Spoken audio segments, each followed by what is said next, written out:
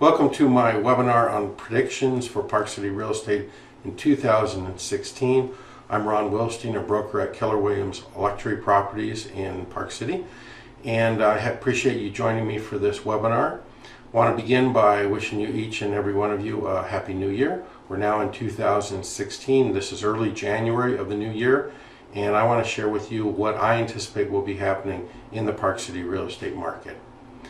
Now, we want to begin by looking back at last year, 2015, because many of the events that occurred then will form the support and the foundation for my predictions for the new year. So let's just take a quick look backwards. In 2015, there were 1,361 sales in Park City. This consists of homes, condominiums, and vacant land. This is all real estate brokerages combined, and that's actually down 11 sales or 1% from the same 12-month period the year before, meaning 2014. This graph here breaks it down into homes, condominiums, and lots.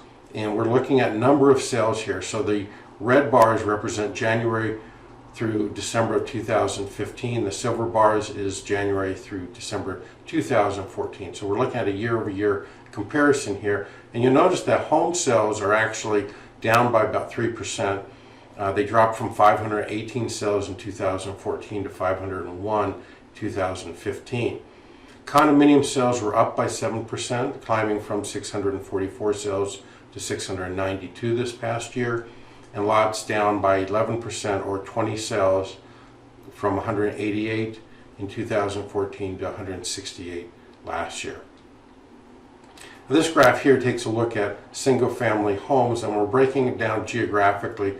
We've got Park City city limits and then the Snyderville Basin, which is kind of the county area of Park City. Number of sales within the city limits down by 13% from 183 sales to 159. Of course, less inventory was available to be purchased, but still represents a decline. Modest increase in the Snyderville Basin, 2%, from 335 sales in 2014 to 342 in 2015. Shifting to condominiums, we saw in the city limits, condos were actually down by 12% from 377 to now 331 sales. So fewer sales in the city limits, but take a look at that in the Snyderville Basin, up 35%, climbing from 267 sales in 2014 to 361 sales in 2015. So the condominiums were red hot this past year.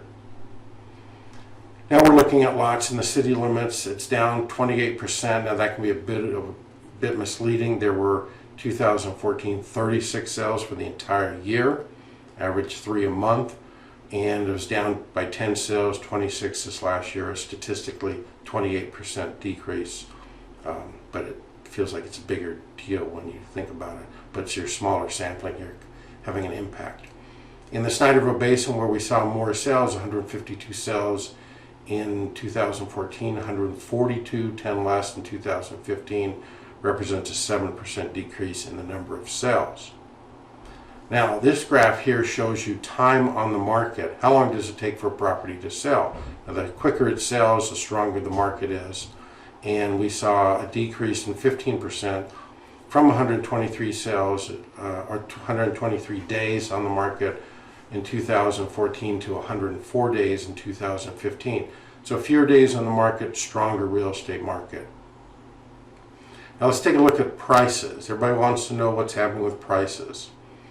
Here we're looking at home medium sold prices, and take a look at that. Park City increased 15%, median price climbed from $1,300,000 to $1,500,000. A very nice $200,000 increase. 14% increase in the Snyderville Basin from $775,000 to $881,350. Again, very, very strong double-digit increases. When we look at condominiums, we're seeing a similar phenomena. The city limits 12% increase from $532,000 to $595,000. In the Snyderville Basin, 11% increase from $360,975 to $400,000. And then here we're looking at vacant land. Again, 10% increase in appreciation year over year in the city limits from $574,500 being the median price, to $630,000. Then take a look there at Snyderville Basin, 19% appreciation year over year. For land, $327,500 was the median price in 2014, $390,795 the median price last year. So with all that in mind, what have we got? We've seen a decrease in the number of sales overall, but we've seen a significant increase in appreciation, double digit in every category, every geographical location, in town and out of town.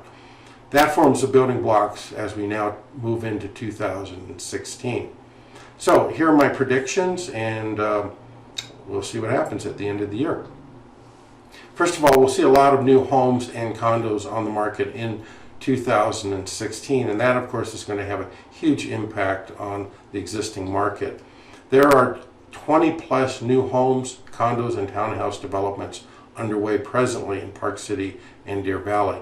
That represents a lot of competition to the existing product, and certainly a lot of choices for today's buyer. Now, what we've put together with the assistance of Dean and Kathy on my team is a list of these new homes and condo developments, and their names, their specific details, and we're posting them on our website at thewilsteinteam.com/new homes. It's not limited to homes, there are condos and townhouses. But you can go there and see what all these new developments are, and we will keep updating them and having pictures and so forth. But it's the beginning building blocks. So feel free to go there, check it out. If you have any questions, obviously give us a call. We're happy to answer any and assist you in any way that we can. Now, what impact will these new homes and condos have? Well, many people prefer to purchase a new property, so it's going to grab the attention of today's buyers who falls into that category. These new properties will be competition, however, for the older ones, and owners of existing properties, older properties who want to sell them, have to take that into account. Homes and condos will continue to sell quickly in the new year. What I mean by that, 30 days or less, often with multiple offers. But it only occurs when properties are priced reasonably. Now, what is reasonable? You can look at the fair market value of a property, whether it's a condominium, land, single-family home, and determine the fair market value of the property. We're in a rising market, as we clearly saw from the graphs in terms of price. So how high can you price your property in order for it to still sell, but you make every dollar that you possibly can as a seller? Well, statistics show us, and a strong history in Park City, that you can price up to about 10% above fair market value and sell your property. If, however, you price above that, it's like the buyers slam on the brakes. There's a lot of resistance.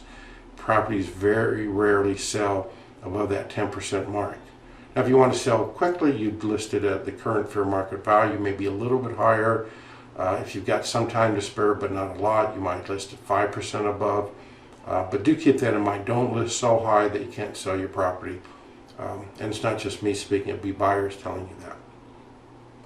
Condominium sales, what I anticipate for the new year is they'll continue to be strong in terms of the number of sales and the rising property values. And of course, we already saw that 35% increase in sales of condos in the Snyderville Basin.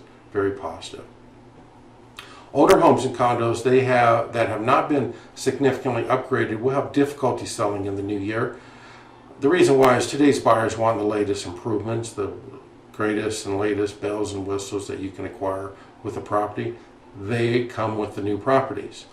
Often people like to buy a property and be the first one to own it and live in it. It's just the idea of owning something new. The same reason why some people will buy a brand new car versus one a year older. That freshness, that newness, they like it. And they will pay more money for it. This is not a case that you're necessarily competing old product against new product on price. Today's buyer will pay more money for a new property. Vacant land prices, I anticipate, will rise, but there will not be as many sales as we saw in 2015. The reason for this is lot sales really took off last year due to the limited number of homes for sale. And in recent months that has changed as many sellers have overpriced their homes. The inventory has actually gone up, and so what last year was driving a lot of people to vacant land is now slowing down as the inventory creeps up and gives more buyers a choice. Cash purchases will remain strong in 2016. It always has been strong in Park City. 50% of all sales in Park City are completed without financing. So people have cash and they are willing to spend it on real estate, and that will continue. So overall, what do I think? Prices will continue to rise in 2016, but at a lesser amount than seen in recent years. The early graphs that I showed you, double digits in every category. I'm not sure that we're going to see that in 2016, but I do believe we will see rising prices, and perhaps we'll see it by that much. But again, they got that competition coming into play, and that's going to influence prices. It's always the issue of supply and demand. Number of sales will remain about the same as in 2015, and that's one thing about Park City. Our number of sales, it remains very consistent, so I don't expect that to jump, but I don't expect it to fall either. But if you have any questions about Park City real estate, just email me and I will promptly answer them. Ron at thewilsteinteam.com. If you'd like me to call you back, include your phone number or preferred time for me to give you a call, and I'll be happy to do so. So with that in mind, thank you for taking the time to watch this predictions for Park City Real Estate in 2016 webinar. I'm Ron Wilstein, and have a great day. Bye-bye.